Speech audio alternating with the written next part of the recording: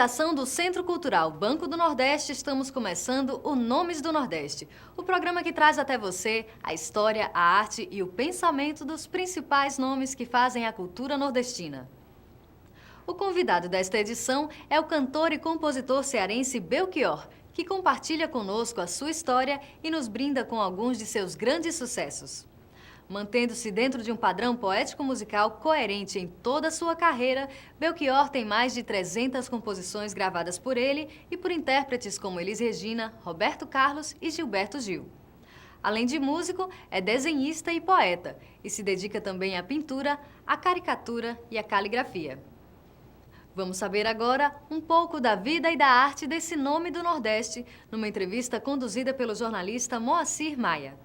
Eu queria começar, Belchior, exatamente por um aspecto que todos nós identificamos, que é a tua raiz como sendo a matriz de tudo aquilo que você conseguiu expressar na música, na pintura, na poesia. E a gente se remete obrigatoriamente à zona norte do Ceará, Sobral, onde você nasceu. O que é que efetivamente te mantém alimentado por aquilo que Sobral te propicia como fonte da tua formação? Eu nasci em Sobral e creio que espiritualmente eu devo tudo a essa cidade.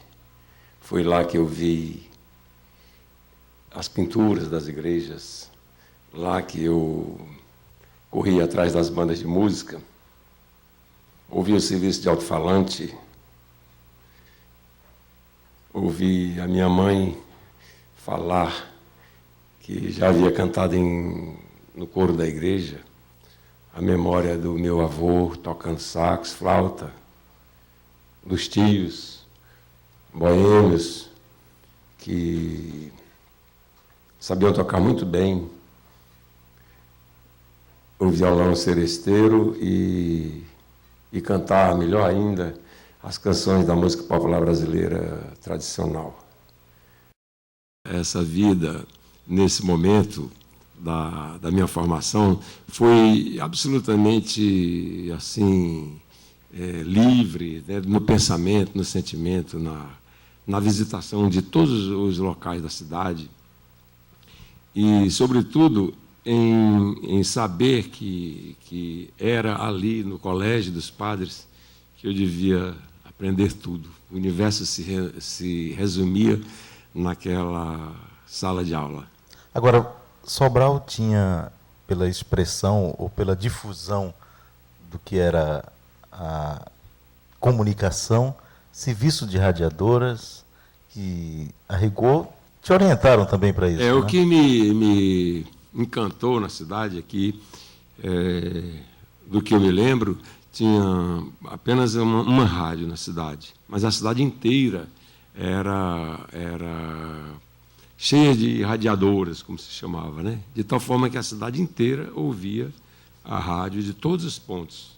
Em todos os lugares você podia ouvir o noticiário, você podia ouvir a música, havia até um rádio baile, né, domingueiro, ou seja, as pessoas podiam dançar nas suas próprias casas ao som do rádio. Havia uma programação especial para que se dançasse. É nessa hora que você se aproxima da música? Bom, o meu gosto pela música foi, assim, despertou em casa mesmo, sabe? Foi toda essa memória sentimental, essa memória cheia de sons, cheia de poesias, que me levaram para a música. Eu nunca tive interesse profissional pela música.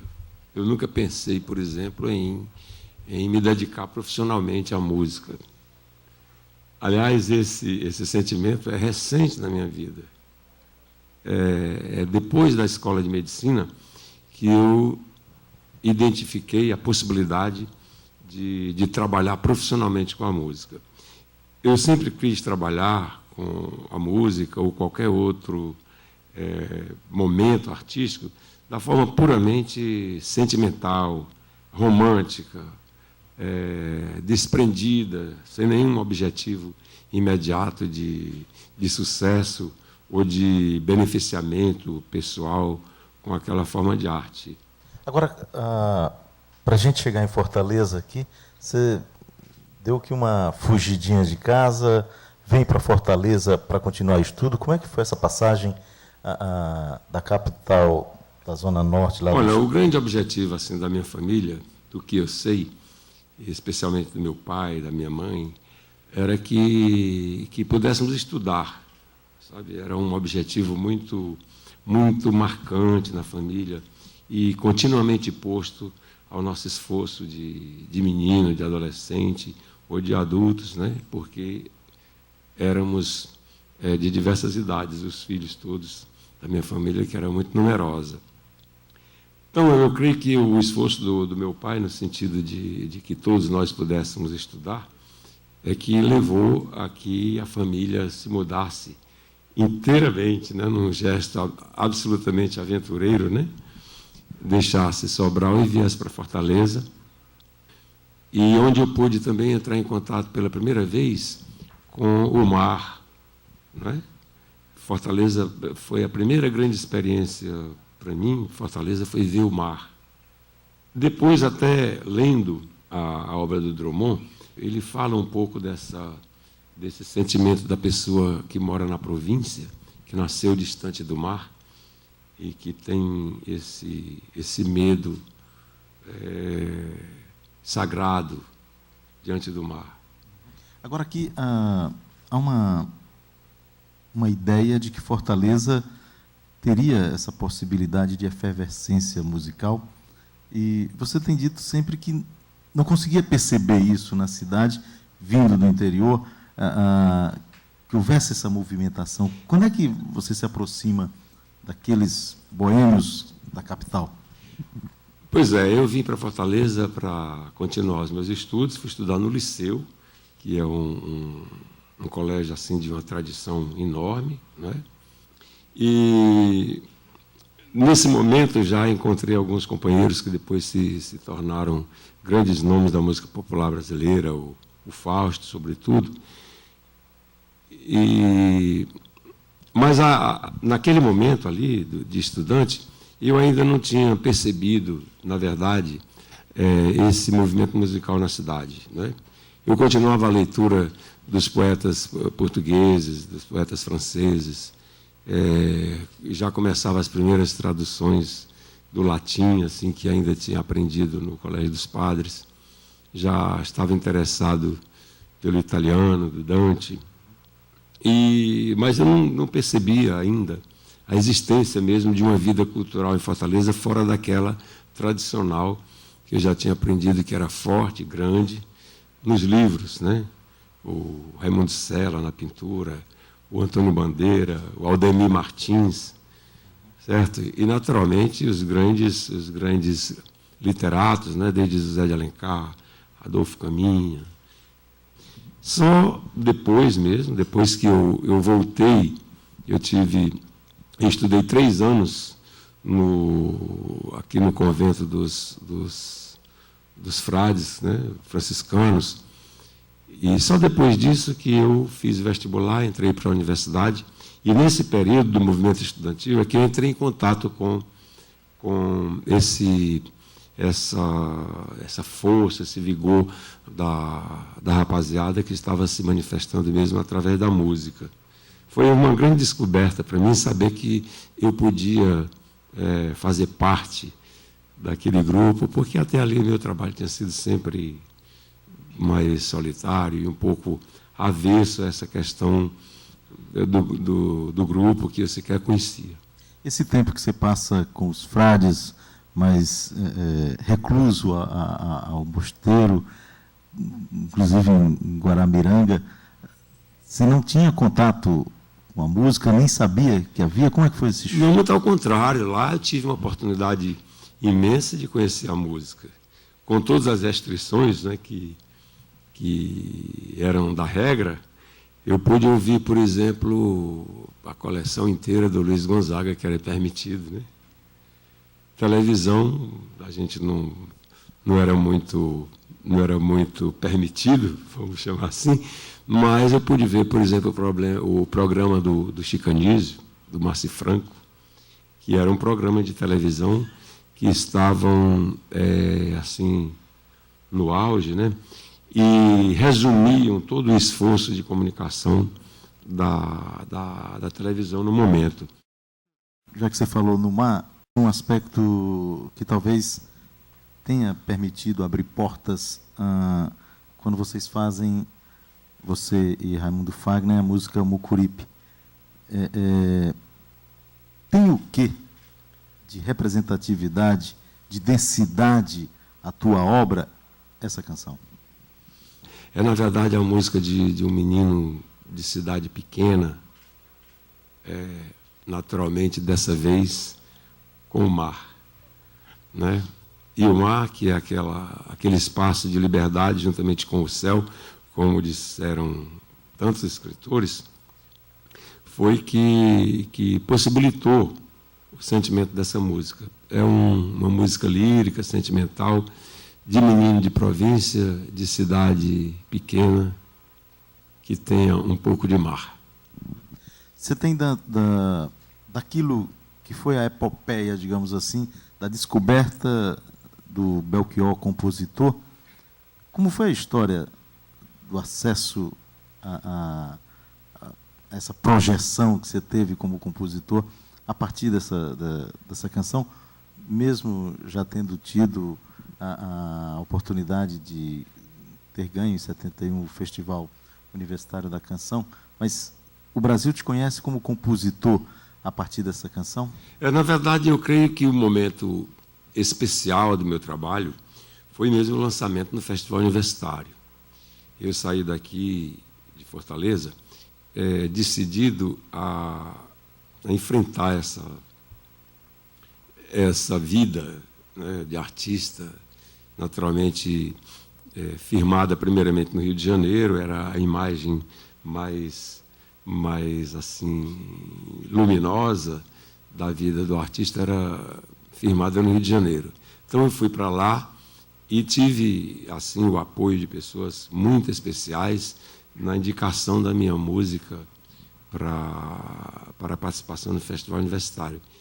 O ensaio, por exemplo, Manuel Carlos, que é esse gênio aí da televisão, sabe, uma pessoa absolutamente fundamental na criação da linguagem televisiva, hoje no Brasil, principalmente no setor de novelas, é um homem cultíssimo, sabe, um homem que me falou inúmeras vezes da obra do Drummond, do Kafka, e que teve assim a gentileza e a amizade de me ensaiar nas dependências da TV Tupi, para que eu pudesse habilmente participar do Festival Universitário.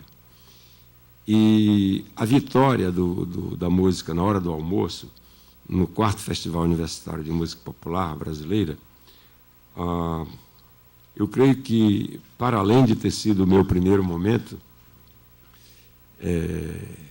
comprovou que no Ceará, no Nordeste, de modo geral, havia uma geração de cantores, de compositores, de letristas, de intérpretes, que podiam, com certeza, ombrear com aquilo que estava se fazendo no Rio, em São Paulo.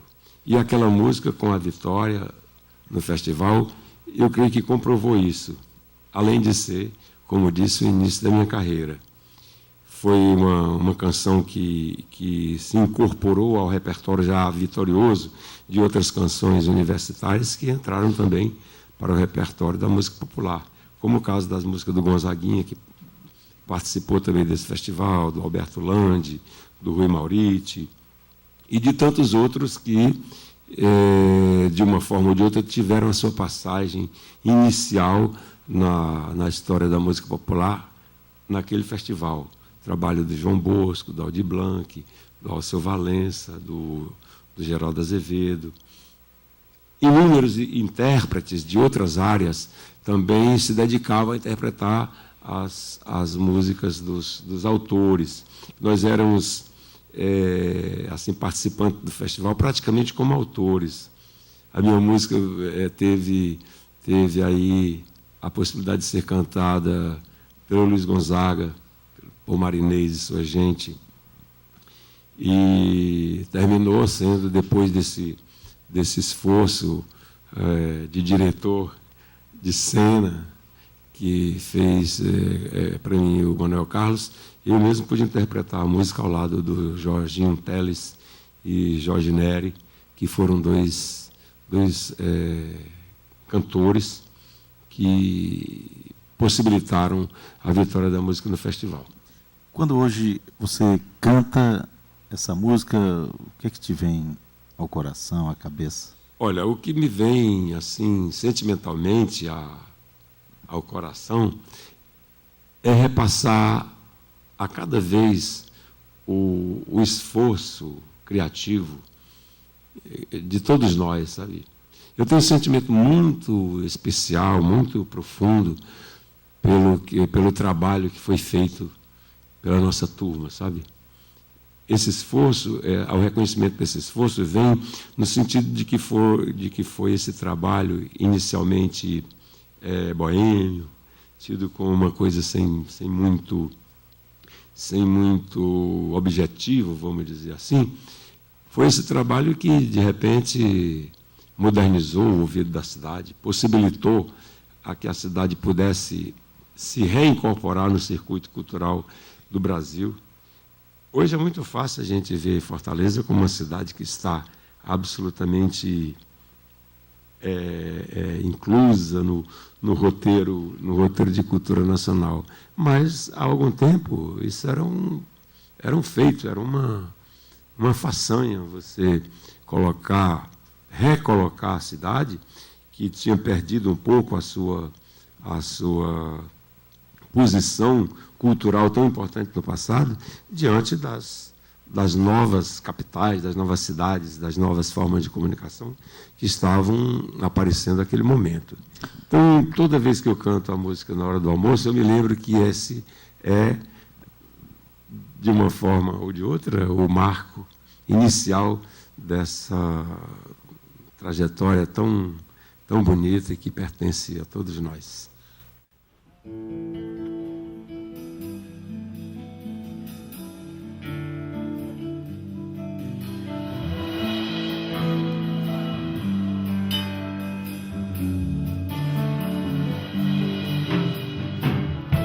No centro da sala, diante da mesa, no fundo do prato, comida e tristeza, a gente se olha, se toca e se cala, e se desentende no instante que fala.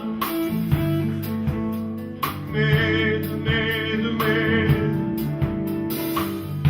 cada um guarda mais seu segredo, sua mão fechada, sua boca aberta, seu peito deserto, sua mão parada, lacrada e selada e molhada em medo.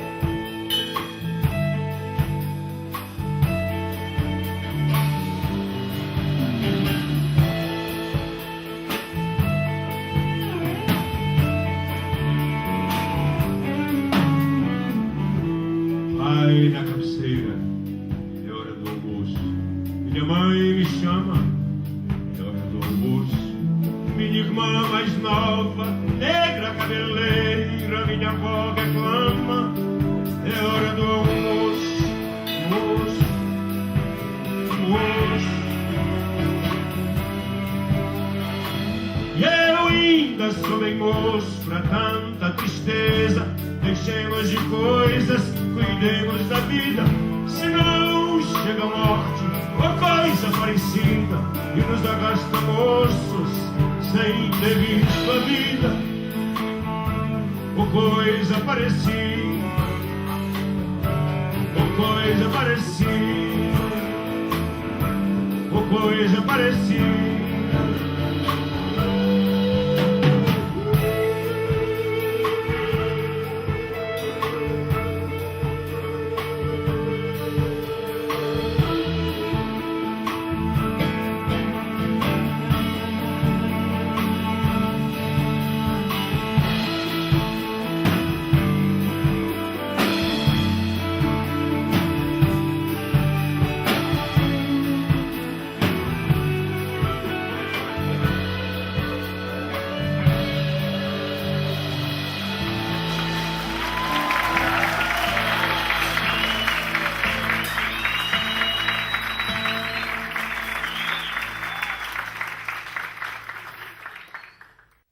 próximo bloco, Belchior fala sobre uma das grandes intérpretes de sua obra, a cantora Elis Regina.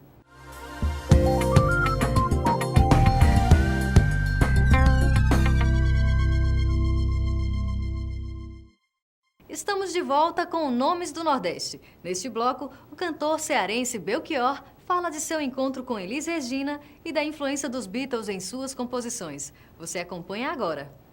Hoje, quando você fala da sua carreira, você faz questão de destacar assim, com um carinho fraternal até, do que foi a inserção de Elis Regina na tua carreira a partir do momento em que ela decide gravar suas composições.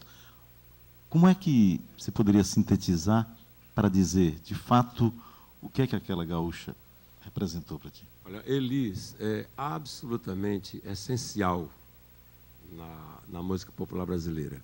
É fundamental, no sentido de que ela é um dos fundamentos, tá certo? Faz parte da fundação da música popular brasileira contemporânea. Elis sempre teve um faro especial, uma intuição muito sua na escolha dos autores e das canções que ela própria faria depois pertencerem em definitivo à história da música popular. Elis descobriu a minha música e reinventou essa música. Como é que foi o contato de vocês? Como é que foi essa ponte?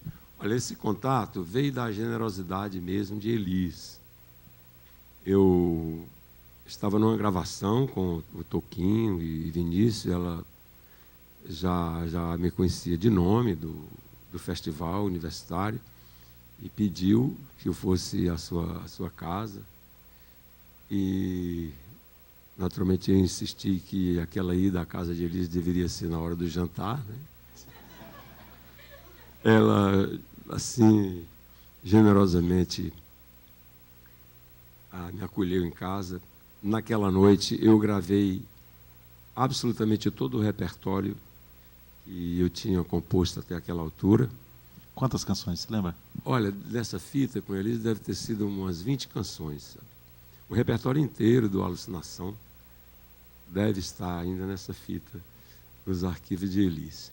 E naquela noite mesmo, ela pediu licença a todos que estavam na sala, subiu para seu estúdio particular, disse que ia ouvir sozinha as músicas e iria escolher, naquela noite, as canções que queria gravar. Porque daí a pouco ela ia fazer um show e queria muitas canções de compositores novos, de autores desconhecidos. Naquela noite ela escolheu Como Nossos Pais, Velha Roupa Colorida. Quando eu fiz as minhas músicas, eu sei que elas têm características assim individuais, talvez muito próprias, que por isso me levaram a pensar que só eu poderia gravar essas canções. Talvez só eu chegasse a me interessar definitivamente por essas músicas. E sempre foi uma surpresa enorme quando uma segunda pessoa, principalmente o intérprete do porte, do vigor e da sensibilidade de Elis, né, se aproximaram da minha música. A melhor e a mais precisa declaração que eu posso dar sobre essa escolha que Elis fez da minha música é dizer que ela, uma vez, disse que essas músicas realmente eram músicas difíceis, eram músicas que tratavam de temas assim um pouco amargos naquela altura da história da música popular, mas ela ia gravar essas músicas porque ela não queria que ninguém cantasse aquelas palavras antes dela. Você fala também que até quem nos deu uma ideia de nova consciência e juventude ficou em casa contando o Viu Metal. Algum desencanto com alguma coisa que a gente pensou que ia mudar e não mudou? Eu acho que a minha música diz isso mesmo. E eu sempre quis dizer isso. Ou seja, a minha geração toda ficou ocupada e preocupada com a questão do sonho, mudar as coisas, mudar o mundo. Os remédios eventuais para essa questão da mudança do mundo são sempre amargos, né? E não é que a minha música tivesse essa qualidade explícita de música de protesto, sabe? Minha música era mais de processo, talvez. Não é? E ainda mais, eu sempre pensei em fazer música sobre a questão do desconcerto do mundo.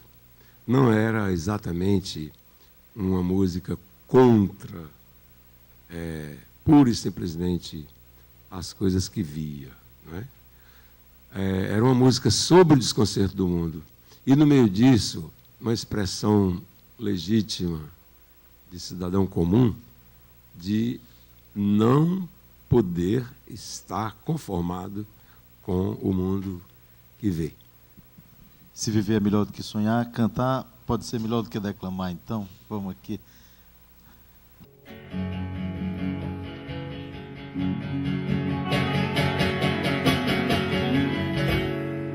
Não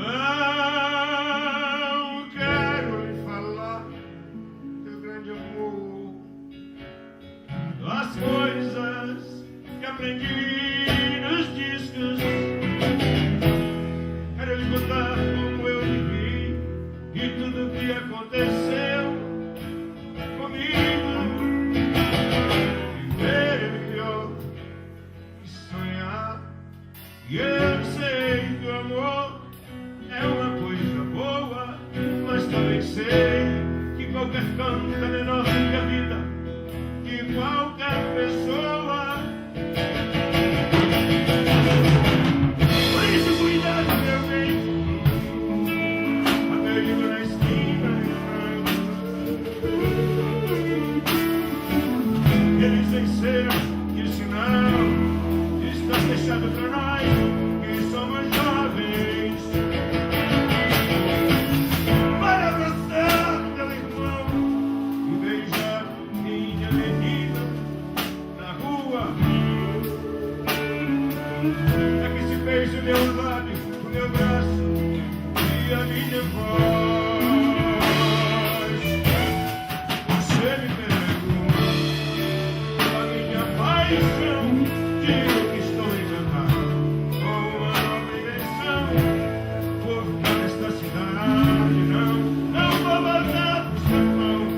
Pois vejo o brinquedo no vento, porque o cheiro da nova estação, e eu sinto tudo na ferida viva do meu coração.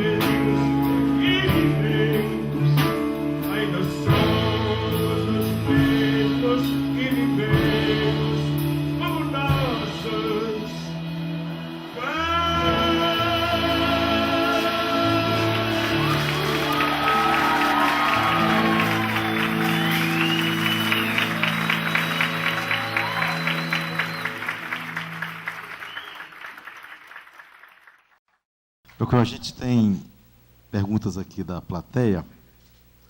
E eu vou começar pela pergunta do Hermano Monteiro, um cientista político em formação. E ele pede para que você fale sobre como você avalia politicamente o movimento artístico-cultural pessoal do Ceará, tendo visto o nascimento dentro da universidade, junto ao CPC, e o momento no qual viveu o país, fim da década de 60, início dos anos 70. Bom, eu acho que nós fizemos um trabalho profundamente ligado com todas essas ideias aí contidas na pergunta.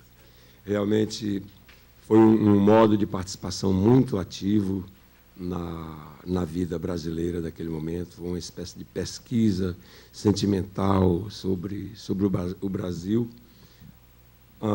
O fato de termos todos começado na universidade, eu acho que passou esse clima de música mais forte, mais decididamente integrada na poesia mais nova do Brasil, pelo fato mesmo de que na universidade aconteciam todos os movimentos importantes da vida política do estudante. O campus da universidade era o local preciso, material e espiritual, de onde nasciam todos esses pensamentos, esses sentimentos. São canções que falam da vida do nosso povo, que falam do cidadão comum, que falam sobre tudo que podemos ser, tudo que desejamos ser, que fazem uma crítica mesmo do sonho. Então, é muito maravilhoso ver que a dimensão que essas canções adquiriram como representativas de larga faixa da população jovem, urbana, suburbana do Brasil, tem origem nisso, né? No material de que elas foram feitas. Francisco Alberto de Oliveira, microempresário, e ele diz que costuma comentar com os amigos que considera você o artista que mais tem feito referências aos Beatles em suas músicas. Ele pergunta primeiro qual sua ligação com a música dos Beatles. Bom, eu desde o começo do meu trabalho que eu admiro a canção dos Beatles. Não exatamente aquelas canções adolescentes, né? Mas aquelas canções que foram identificadas depois como do espírito de John Lennon. Os meus grandes autores são o Bob Dylan e o Lennon, definitivamente. A música dos Beatles, efetivamente, foi assim o primeiro degrau para o sonho profissional e para o sonho de fazer música. Uma das primeiras músicas que eu ouvi em casa, depois da minha primeira aventura de sair dela, foi justamente ouvir uma música dos Beatles, chegar na minha casa e no rádio da família, ouvir o Ronnie Von cantando a música dos Beatles. É muito importante dizer isso, porque o arranjo dessa música remetia a música de corte inglesa, remetia um pouco ao canto gregoriano, né? E isso me encantou, pelo fato de que os Beatles era já naquele momento o supra-sumo, né, da música pop, e se dedicavam a fazer aquele tipo de música fina, assim, com uma proximidade muito grande com a música erudita, embora aquela canção em si mesma fosse uma música com uma letra muito simples. Mas depois tem Abbey Road, Sgt. Pepper's, essas canções todas, e definitivamente a posição do John Lennon como figura humana, como líder, como band leader do mundo pop. Então, a minha proximidade com o Lennon e com o Bob Dylan é que se pode dizer que foi, assim, o canal mais competente de aproximação com esse universo pop. Eu cito Beatles a cada canção, do modo explícito ou do modo mais oculto. E você comenta John Lennon também em canção? A cada canção tem esse comentário, sabe? muito especial, um comentário, às vezes, musical, de citação de uma canção, e, às vezes, mesmo das ideias dos Beatles.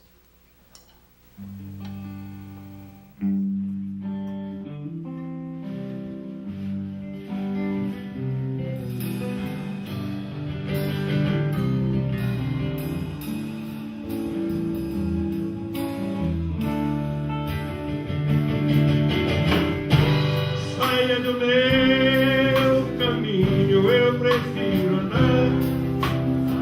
Deixem que eu decida a minha vida. Não preciso de que lado que bate, porque bate o meu coração. Sonho escrever letras grandes de novo pelos muros do país.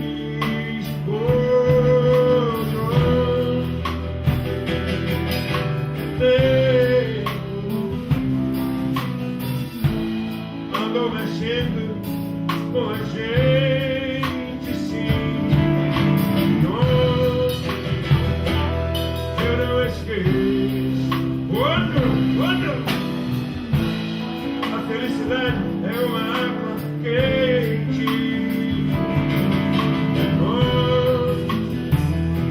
Eu não esqueço. Quando a felicidade é uma água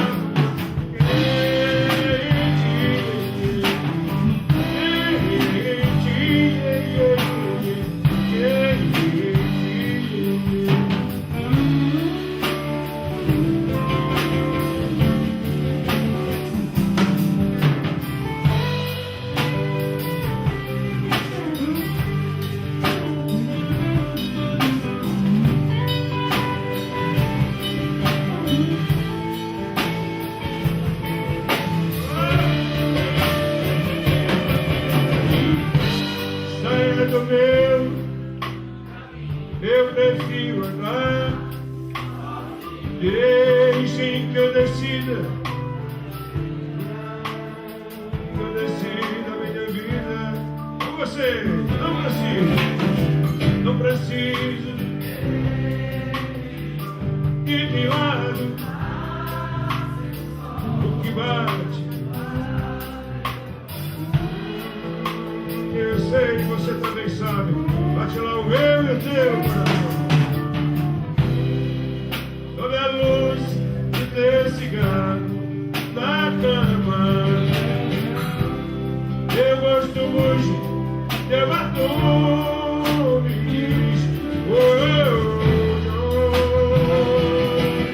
Tu tem o que andou mexendo com a gente, sim. Eu não esqueço. Quando a felicidade é uma água quente.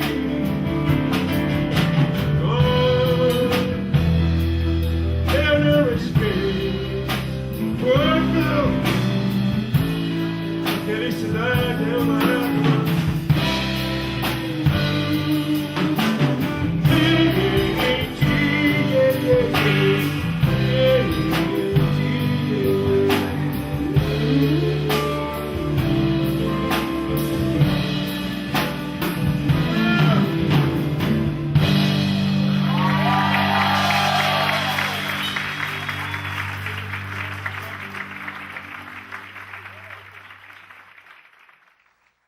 A seguir, Belchior nos brinda com um de seus maiores sucessos, Apenas um Rapaz Latino-Americano.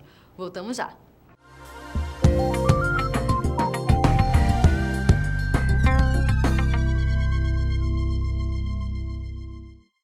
Encerrando essa edição do programa Nomes do Nordeste, o rapaz latino-americano Belchior nos fala de sua relação com a América Latina.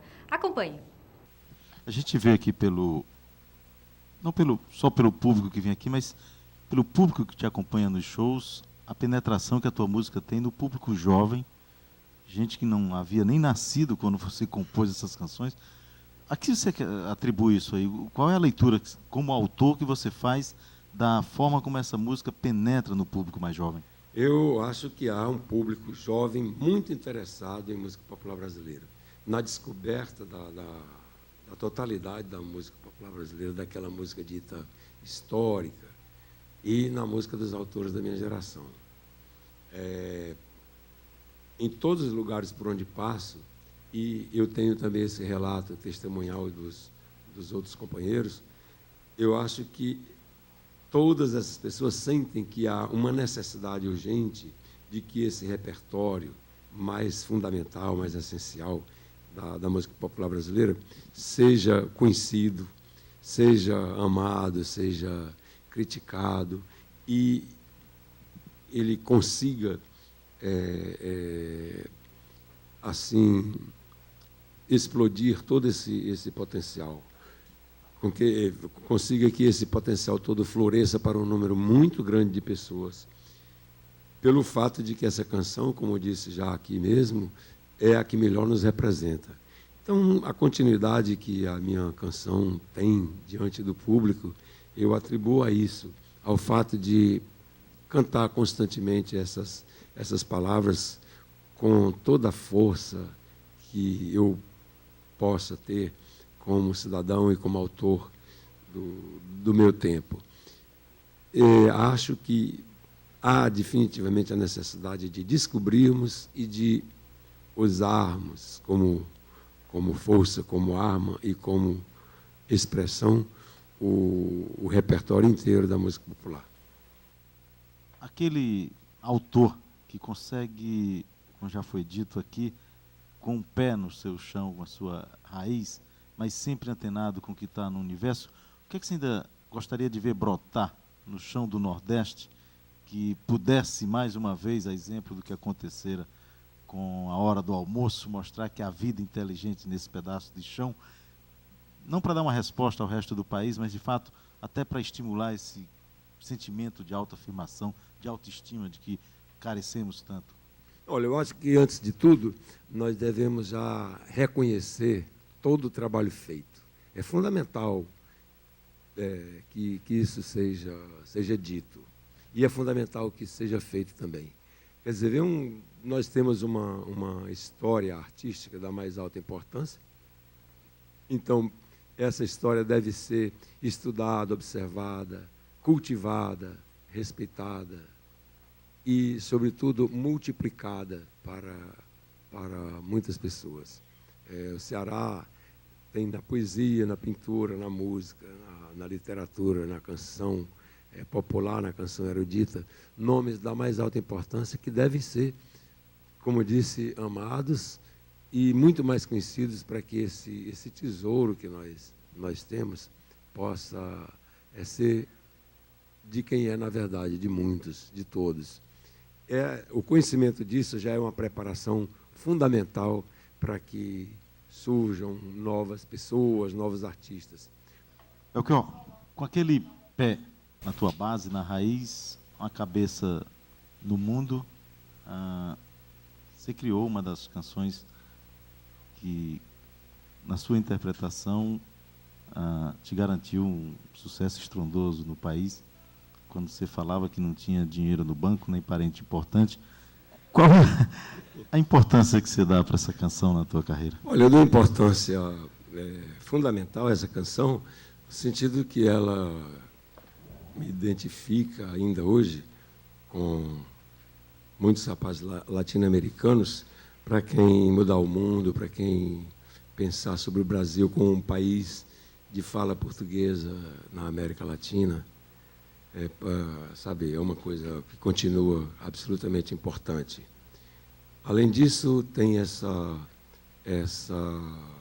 feição de uma canção que pode ser cantada facilmente por todos aqueles que se identificam com essa latinidade comum, presente assim em todos nós, sem nenhuma necessidade de ênfase.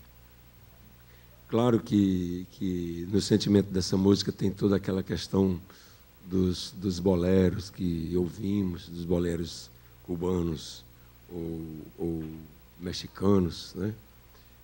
Agustín Lara, ou Vereda Tropical, enfim, sabe, é uma canção que lembra todos esses sentimentos que o próprio Manuel Bandeira disse num poema, né? Basta tocar um tango argentino. É preciso tocar um tango argentino. É hora de tocar um tango argentino. Agora, parece que tirando o que a gente verifica hoje na América Latina, com o que se convencionou chamar de esquerdização, políticos oriundos de classes populares, um ex-metalúrgico no Brasil, um indígena na Bolívia e por aí vai, o Brasil, sistematicamente, historicamente, sempre foi acusado de ficar de costas para a América Latina. E quando se falou dessa necessidade de uma unidade latino-americana, você identifica que há essa deficiência? Eu acho que isso deve fazer parte mesmo da utopia possível, né? Utopia é uma palavra muito simples para mim. Quer dizer, é justamente aquilo que é possível, ainda não está feito e que se deve tentar, né? É muito simples. Então, eu acho que faz parte dessa utopia de Brasil, não esse sentido de liderança da América Latina, esse sentido de exclusão pela grandeza ou pelo desenvolvimento do restante da América Latina.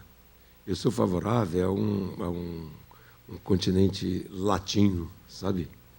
Essa coisa de que o Brasil possa se incluir definitivamente nesse universo, não do ponto de vista em que ele seja o condutor disso, ou um líder, numa liderança que o exclua dos demais países, né? Porque temos aí grandezas espirituais muito profundas para as quais nos deveríamos unir, sabe? E não é só a questão puramente ou explicitamente política, né? É uma questão mesmo de cultura, de futuro, de que se pode pensar sobre essa comunidade. Naturalmente, deve ser uma comunidade de esforços, né? Para que esse objetivo, no momento utópico, possa ser minimamente alcançado, sabe? Eu acho que é uma coisa que vem historicamente desde o Renascimento, né? Esse domínio assim do mundo pelo setor anglo-saxônico.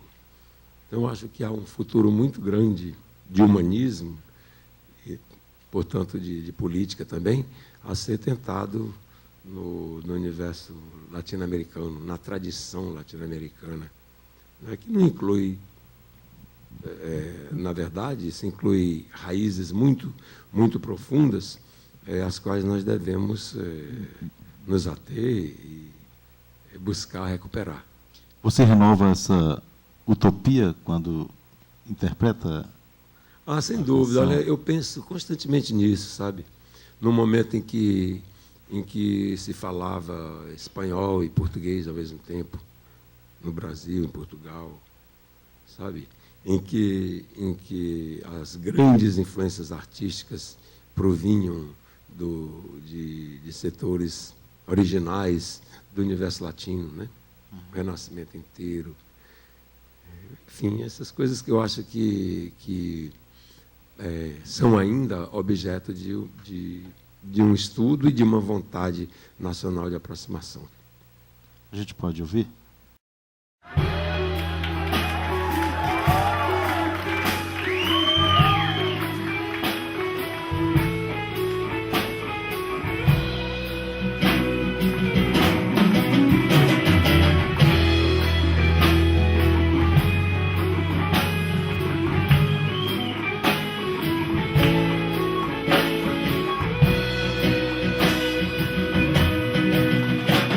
Sua terra,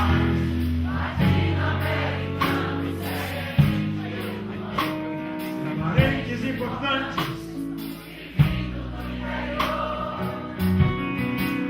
Mostre a árvore, cabeça, uma canção do mar.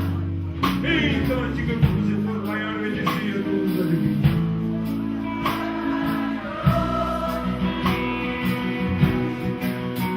Mostre a árvore, cabeça, uma canção do gato.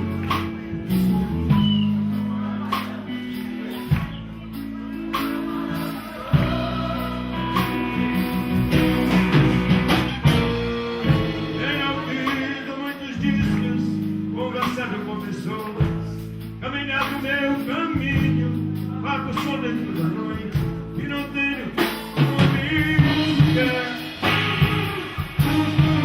Não acredite nisso não,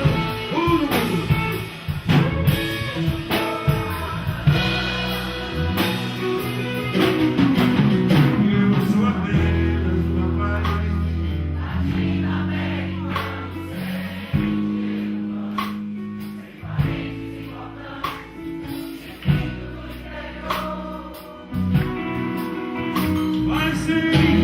Segue tudo proibido. Aliás, eu quero dizer aqui que tu tá contigo. Até veja você, escuro do sorriso. Quando ninguém o vê.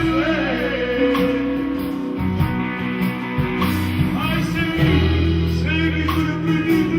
Aliás, eu quero dizer aqui que tu tá contigo. Até veja você, escuro do silêncio. Quando ninguém o vê.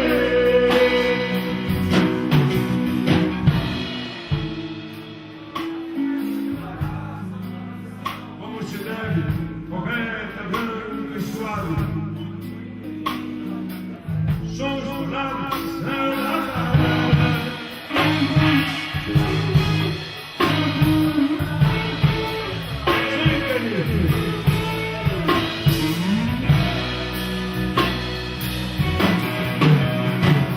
mas denúncio que eu sou meu amigo, está sobre a imaginação. A vida realmente é diferente, vai dizer. Alguém é muito pior. Eu sou apenas uma paz.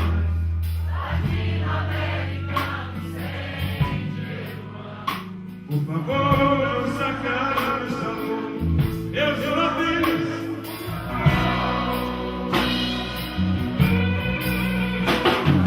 Mas se for cantar, você ainda quiser tirar, mate-me logo, ataca, às 3. Também eu tenho compromisso e não posso faltar, por causa de você. Eu sou apenas um rapaz.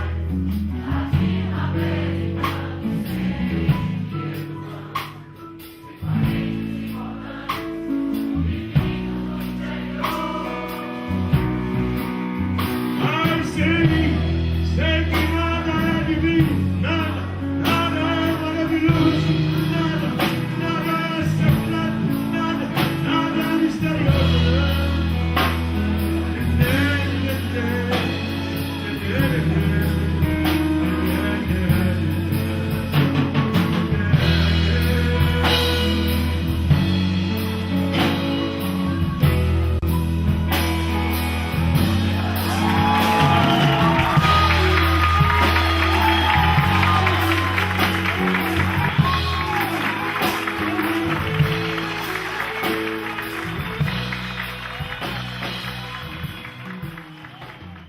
Chegamos ao final de mais uma edição do Nomes do Nordeste. Nos encontraremos no próximo programa para saber um pouco mais sobre a vida e a obra de outro grande nome da cultura nordestina.